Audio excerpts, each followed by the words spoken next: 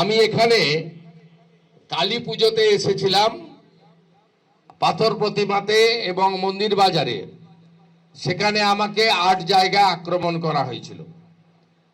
এখানে মা কালীকে প্রিজন ভ্যানে তোলা হয়েছিল কাকদ্বীপের সূর্যনগরে, এবং এখানে আপনারা জানেন মন্দির বাজারে জগদ্ধাত্রী মাকে সেই মূর্তিকে ভাঙা হয়, এবং এখানেই কুলপিতে বজরংবলীর মূর্তি এবং তার মাথা এই দুষ্কৃতকারীরা জিহাদিরা তারা মুণ্ডচ্ছেদ করে। এই 3টে ঘটনার ক্ষেত্রে সরাসরি হিন্দুদের ভাবাবেগ, আস্থা, তাদের দেবদেবী, তাদের মন্দির, তাদের উৎসবে আঘাত লাগানো হয়, কিন্তু কোনো বিচার এখনো কেউ পায়নি।